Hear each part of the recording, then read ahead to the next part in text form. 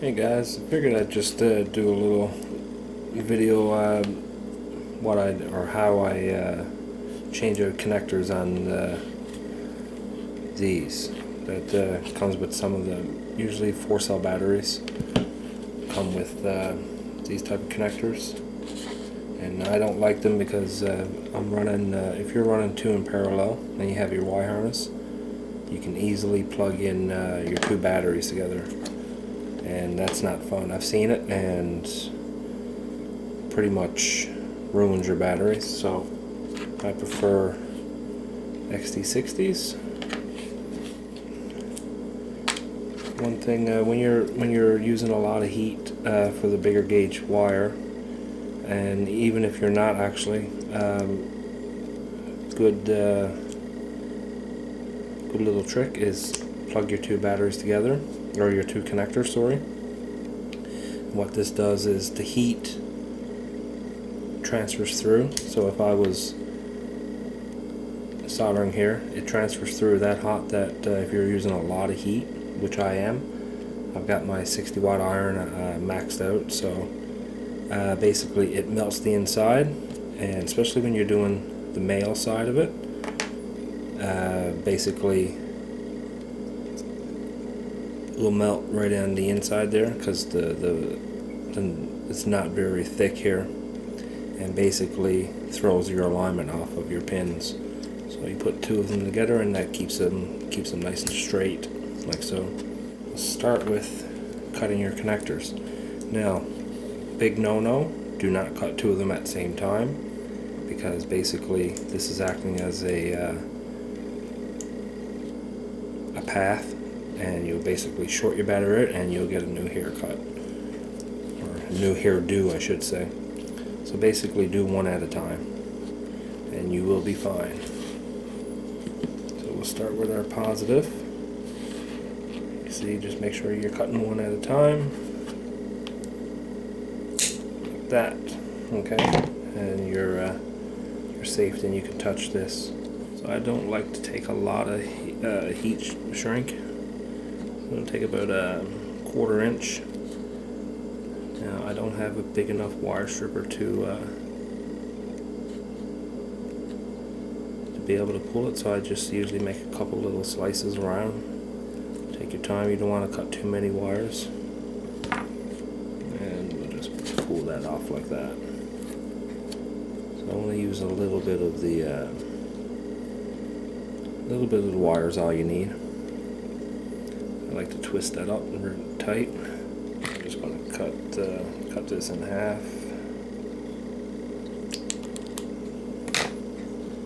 And we'll slip on.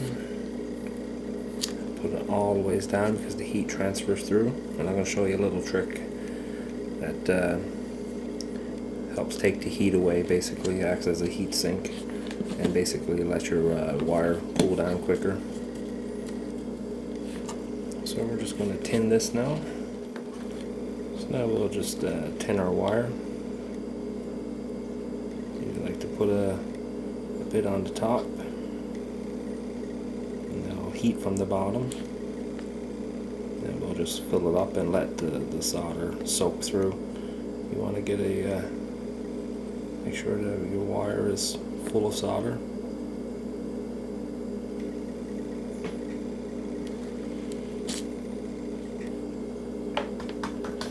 Now the little trick that I usually do is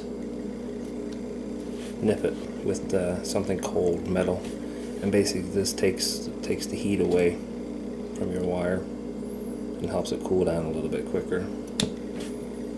You can see that there. Or sometimes I'll just use the edge of my pliers, the crimper of them, like that, and you just hold it there, and you can feel that it takes the heat away from your wire pretty, not super fast, but it takes it away nicely. I just hold that there for a few seconds, because if there's too much heat, or if your heat shrink is out too far here, it's going to shrink around your wire and pretty much ruin it. Okay, so now that we got that done, now we need to just make sure that we're using the right connector, and we are doing positive. So now we'll just tin our connection, our bullet connector in our XT60.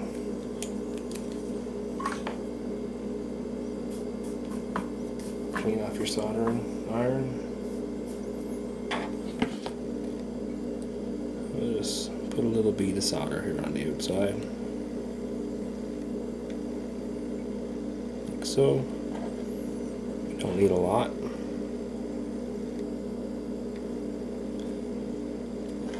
Okay, I'm just going to line it up. And what I like to do is preheat the bullet connector, which helps. And I'll just put the wire on top, just to get some heat. Helps it sink through and connect easier. So we'll just hold it there.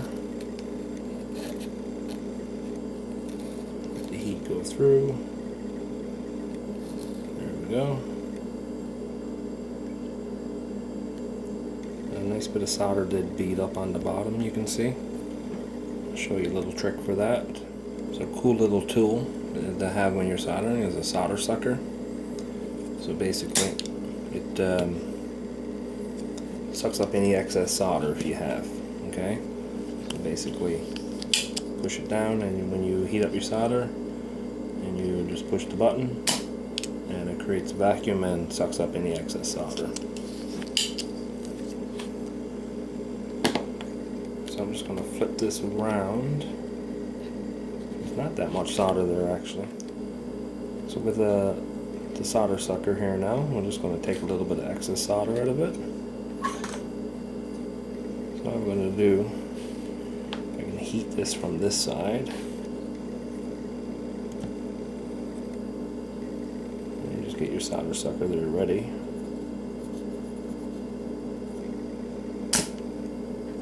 And it'll take a little bit, you might need to do it a couple times.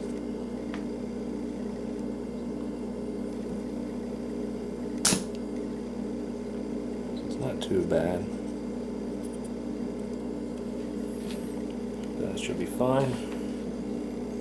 A little bit of jagged edge there, and try to clean that up a bit. So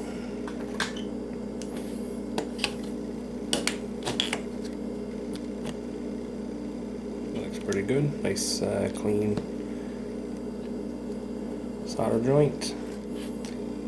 Now, what I like to do is you can actually pinch this again and try to cool it down, but the heat shrink can in the XT60s can slide in and fit in the actual connector. As you can see, it is like a little channel on the sides here. I usually put my heat shrink over while it's still a little bit hot, and try to get it to shrink in. Sometimes if it's not hot enough, you just use your iron or a lighter.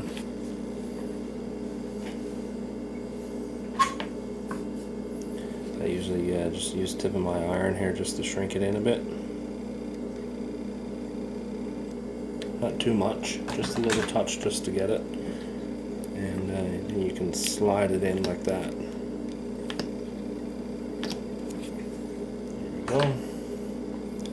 Use the iron.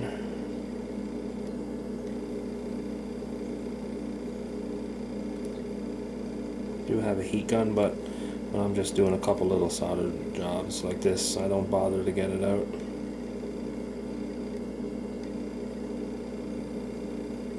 There we go, shrink it in nice.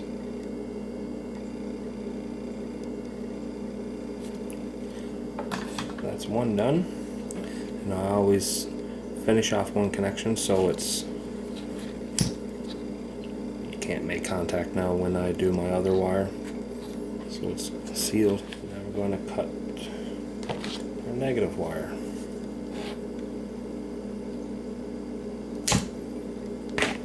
Same thing as before. Now we'll just trim a little bit of the heat shrink off. You don't need much.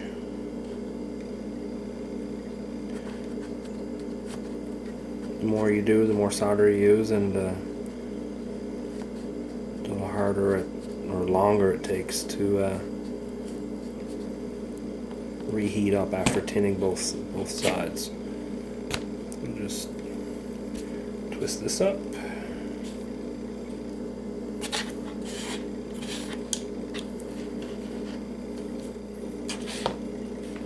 Now the tinner wire again.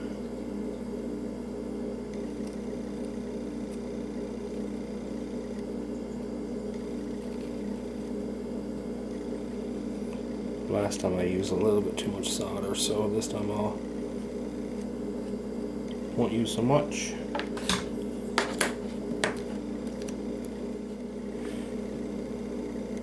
Onto our connector, we need to tin again, our bullet connector.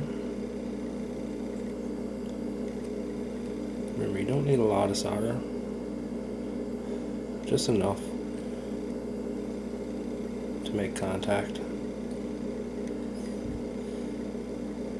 So, and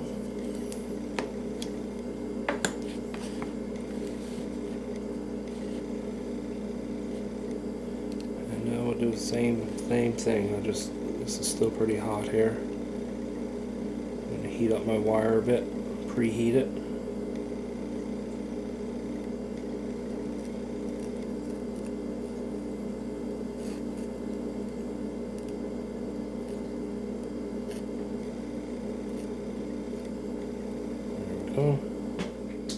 So now that it's cooled down a bit,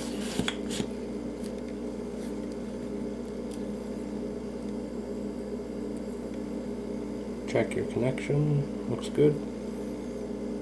Could use a little bit more solder maybe. Just be warning, carbon fiber and these metal, if you touch these here too on this one of these poles, will cross it out, and carbon fiber conducts electricity, so that's another little warning. This little jig I got on Hobby King, it's okay, I like it, it's really cheap, pretty good price. It was like $6-7 I think. It's pretty good. Just put a little bit more solder there on that, but yeah, touch these here too, will cross it out, so just you have to be careful when using the two opposite side.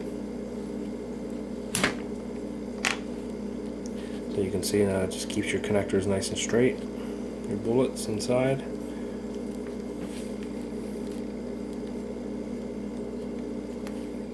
Shrink it up just a little bit.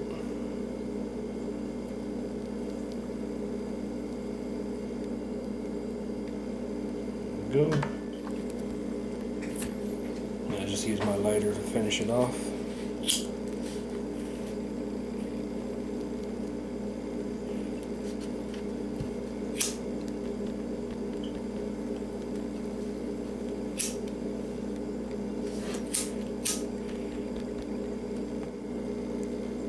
So that's one battery connection done. We're switching over to an XT60. So thanks for watching.